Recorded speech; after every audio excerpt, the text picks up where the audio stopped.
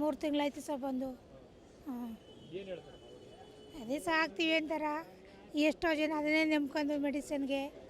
ಮತ್ತು ಕೆಲವರು ಮನೇಲಿ ಅದೇ ಯಾವಾಗ ಬತ್ತು ಅದು ಬತ್ತ ತಗೋತಿದ್ದೋಗಿ ಅಂತ ಮಕ್ಕಳು ಮಾತ್ರೆ ಕೊಡಲ್ಲ, ಔಷಧಿ ಕೊಡಲ್ಲ, ಅವ್ರ ಖರ್ಚುಗಳು ಕೊಡಲ್ಲ. ಕೊಡೋದನ್ನ ತಪ್ಪಿಸ್ಬಿಟ್ರು ಮಕ್ಕಳು. ಈ ರೀತಿ ಆಗ್ಬೋದೈತೆ ಸರ್. ಬಂದಿರೋ ಒಂದು ಆಧಾರ ಆಗಿದೆ. ಬಂದಿರೋ ಒಂದು ಜೀವನಕ್ಕೆ ಆಧಾರ ಆಯ್ತಿತ್ತು. ಏನೋ ಅವ್ರು ಸರ್ಕಾರ ಇರೋ ಗಂಟೆ ಕೊಟ್ರೆ ಏನೋ ಜನಗಳಿಗೆ ಅನುಕೂಲ ಆಯ್ತು ಸರ್. 3 ತಿಂಗಳಿಂದ ಬಂದಿಲ್ವಾ? ಇಲ್ಲ ಸರ್, ಕೇಳಿದ್ರೆ ಏನು ಹೇಳ್ತಾರೆ?